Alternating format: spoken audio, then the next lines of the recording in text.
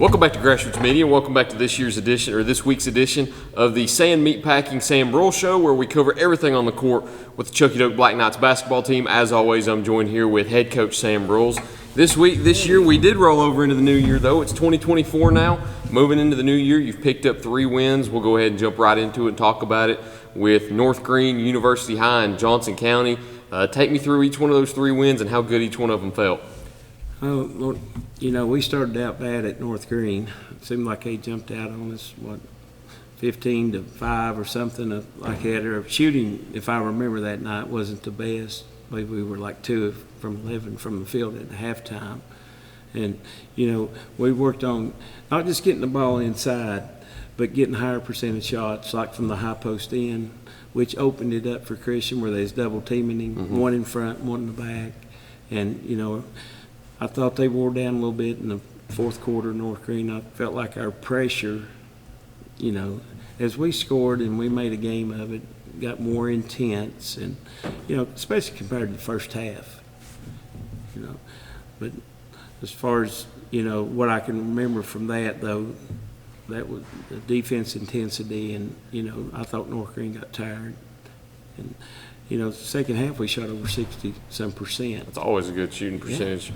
And, taking better shots. And once that fourth quarter rolled over, too, I think that's when Christian started to really click and started to figure everything out. Because since that fourth quarter at North Greene, I think he scored 15 in that fourth quarter. He follows that up with 53 against University High, and then follows that up with 23 to defeat Johnson County and get another conference win over your belt to bolster your record to now 3-0 within the conference. Talk about Christian's performance so far throughout 2024 and how good he's been since that fourth quarter against North Greene. Oh, goodness. He's just been unbelievable. Some of the shots that he made in that fourth quarter, what you're talking about against North Greene, turnaround jumper, he hit a couple of those in that, during that span. It wasn't just turn and shoot. And, he was also posting up from opposite side. But, we've really worked hard on our inside game, with Isaiah. And, give our guards some credit here. They're the ones making the passes, getting him the ball. And, that's the biggest thing, that I've told him. First time we played UH, we had 27 turnovers. We couldn't handle the press. Well, this time we were able to defeat their press over and over, which give Christian a lot of looks. I didn't realize he had that many at the time, because the game, gets so fast, especially playing UH, because they want it up-tempo, and we can play that way or we can slow it down. We're getting better, and that doesn't mean tomorrow night, we play West Greene. We know that we got to take care of the basketball. We can't have 20 turnovers or more like we did, the first time we played UH. So not turning it over, getting the ball, and, taking those type of shots. The amazing thing in that UH game, both teams shot 62% from the floor. It was a great game for both teams because you were up by as much as 7 or 8, and then they scored the first 7 of the game and I think put you behind 7-2 or something like that. You end up having a really good second quarter to jump out in front, but there's a point in the fourth quarter with less than 4 minutes remaining that they had the lead. They played a tremendous ball game too, but you were the better team that night. And, they shot that well. Think about it, they were taking threes. I think they had 10 three-pointers, and the first time they played you, they had 11. And it seemed like they shot hotter that game, but I would have thought they had more that first time. Me too. They had 6 in the first quarter that first time, and I think they ended up having 4 in the fourth quarter, which really saved them too and kept them in the ball game. Good. But, we took advantage of our strengths, and I thought we've gotten better at that. Johnson County now, we had some Luke Myers. They had one in front of Christian again, one behind him to keep us from getting it. And these guards got to knock his shots down. Luke hit a couple, Brayson, Mervin hit one, Samuel Riddle, and Brock Rush. Brock, we talked about the other night, he had 12, and you wouldn't have realized he had 12. Nope. He had those 2 big threes, and outside of that, he was very consistent. He didn't score it in bunches. He just kind of scored it consistently throughout the game to get to that number, and it was a really impressive job by him. Coming from the game that he had against University High, too, where he kind of struggled to make shots, I don't think he was able to score any. And then coming into that Johnson County game, I think you really needed that spark from him to get you guys going. Well, you got to remember who was guarding Brock. Murphy, and Murphy's as good as they come. Quicker, bigger, and that night, Isaiah had to bring it up a lot for us against UH. Samuel, had to, Brayson from time to time. So, there's times when they put people like that on Brock, his teammates got to help him. So, that had a lot to do with his scoring that night. I know he missed some shots, yes, but he had one of probably the best defenders that we may have played this year so far on him. I wanted to talk about that University High game a little bit more because your game plan going in seemed to be to feed the ball to Christian.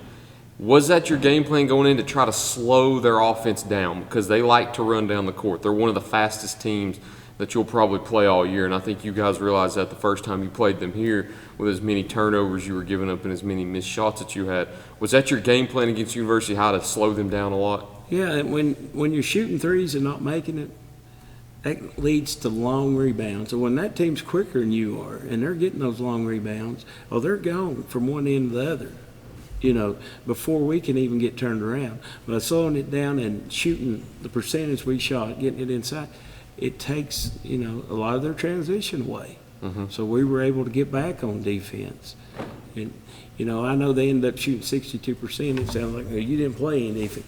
Well, we did, but but the biggest thing I felt like offensively, by slowing the ball down, getting better shots, took their transition away from them. It was a really good game plan going in because it was the exact opposite of what you saw the first time here. You struggled to make shots in that game. They lived in the transition, lived on the three-point line.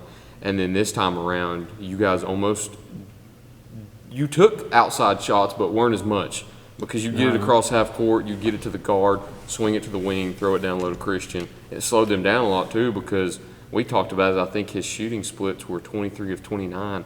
When you do that well down low and the majority of the shots come down low like that, that slows them down and they can't run like that because they're forced to inbound and just slowly take it up court. Now, don't get me wrong, we've got to look to shoot because if not, they'll just double and triple team him from the start, won't even let him have it. Mm-hmm.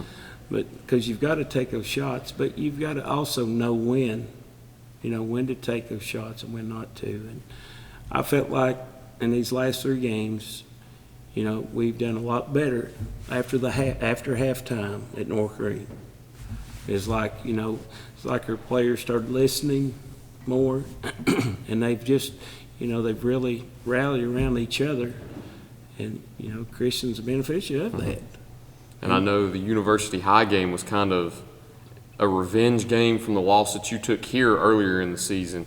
Oh, goodness. And 2 nights ago, you had another revenge game against Johnson County because we remember what happened last year when they came down here. Yes. It was a 48-40 final. They held you to your lowest total all year last year. I think the lowest, I looked it up yesterday or the day before, was 40, and your next lowest, I think, was 60 or 61. They held you to your lowest total by 20 points last year. You come into this game, you pretty much handled them all the way throughout. It was competitive in the first quarter. You were able to break away right there at the end and kind of not cruise to the lead, but you had a pretty comfortable lead throughout. Talk about that Johnson County game and how good of a win that felt for you. Oh, it felt great. They didn't have an answer this time for Christian. Last year they had a guy just as big as he was that, could give him problems. Of course, we didn't play well that night. I can't really remember a lot from last year in that game, but this year, Christian was able to do pretty much what he wanted, and we were able to knock down outside shots. Mm-hmm. And whenever they did double team him, just to keep him from getting it, and if they're not going to guard you guys, you've got to shoot.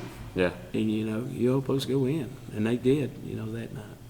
Isaiah had a good game in that one too. I think he had 13 and Brock had 12. You had 3 players in double figures, with Christian having 23 along with them. But you played well so far here in 2024. You've had 3 wins under your belt. But as I spoke with Kyle earlier today, it doesn't get any easier because starting with Johnson County, I think you have 8 straight conference games, back to back to back to back to back, all the way until you finish out with your conference schedule. We've got to preview a few of those, though, coming up, so we'll go ahead and take a break and talk about that in just a second here on Grassroots Media. Sand Meat Market, your ultimate meat destination. Step into Sand Meat Market for a curated selection of steaks, lamb, goat, and other quality foods. Each cut is meticulously crafted to exceed your expectations, promising a dining experience like no other. Elevate your dining experience and visit Sand Meat Market today. Indulge in the exceptional quality and taste that only Sand Meat Market can provide. Join us on this culinary journey and savor the difference.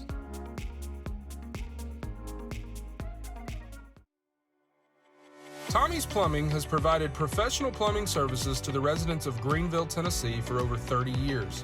Our experience and reputation have helped us grow our business to add locations in Jonesboro, Tennessee. Tommy's Plumbing is local and family owned, and we offer a full line of plumbing services, such as kitchen faucet, shower faucets, commodes, and bathroom faucets, as well as drain cleaning. We also provide outside plumbing work, such as septic and sewer drain cleanouts, as well as repair and replace. Tommy's Plumbing pretty much does it all. Tommy's Plumbing is licensed, bonded, and insured. Our quality workmanship and passion to provide our clients with expert service is second to none. We guarantee we have the best warranty around. For all your plumbing needs, give Tommy's a call at 638-3662. Welcome back to Grassroots Media. Welcome back to this week's edition of the Sand Meat Packing Sam Broyles Show, where we cover everything on the hardwood with the Black Knights basketball team. As always, I'm joined here with Chokey Doke head coach Sam Broyles. So you're finishing out the county gauntlet here coming up in the next week. You had North Green to start your 2024 year, and then you get West Green and South Green back-to-back now. Both of them district games, both of them in-county games, rivalry games, all that fun involved. Talk about what you expect out of both games against West Green and South Green. Lord, there's no looking past West Green after you saw what they did to North Green at North Green. They had a chance to win that game and then only trailed South Green before. So we're not taking them lightly at all. We know that they're going to come here expecting to beat us. So we know that we'll have to be ready. They've got 2 or 3 new players, it seems like, too, that, we've watched film on. And, we'll do our best, to be ready for West Green coming tomorrow night. And then you got South Green rolling over into next week, too. It seems like South Green the last few years, they've always been fun games for one of the two sides. For you coaches, I'm sure it's not fun because they've been stressful, but they've always been memorable games, whether you go back to the district championship game that you were able to win 2 years ago, or South Green upsetting you at home the past 2 years. You go there now with a chance to upset them at home, which I don't think you've done since 2 years ago. Talk about what you expect when you go into their gym on Tuesday night. Oh, goodness. You're in for a dogfight with South Green. I mean, they will be up for that game. They always are. And, it may be one of the best teams Terry's had. They're big, they're athletic, long, they can run, they can shoot. I watched their game with Lakeway, and my goodness, they played like they did that night. I don't know who could beat them. I mean, they put on a show that night from a three-point line. It seemed like Roderick had 39 that game. He hit 8 out of 9 threes. Yeah. I mean, and, Cooper Kelly, I mean, what can you say? And, even Woody gets in on it. So they're going to be, very tough to beat at their place, But, our mindset right now has to be West Green because, we lose that game, and that really puts us in a hole going to South Green, then Hampton. So, our mindset right now is with West Green. That's where we'll try to keep it. And I think at the time that we're recording this, Thursday, January 11th, this will release Friday, January 12th, you're 3-0 within the conference right now. You're sitting alone at the top spot, and I think trailing behind you is both South Green and Hampton. I believe they're both tied at 2-1, and then you've got West Green, Happy Valley, and Johnson County trailing behind you guys. But you're 3-0 at the moment, looking to become 5-0 by the next time we come in here and talk. But I think that's all we've got today, Coach. Once again, appreciate you for talking to me and sitting down with me. Thank you all for watching this week's edition of the Sand Meat Packing Sam Broyles Show. We look forward to talking to y'all next week here on Grassroots Media.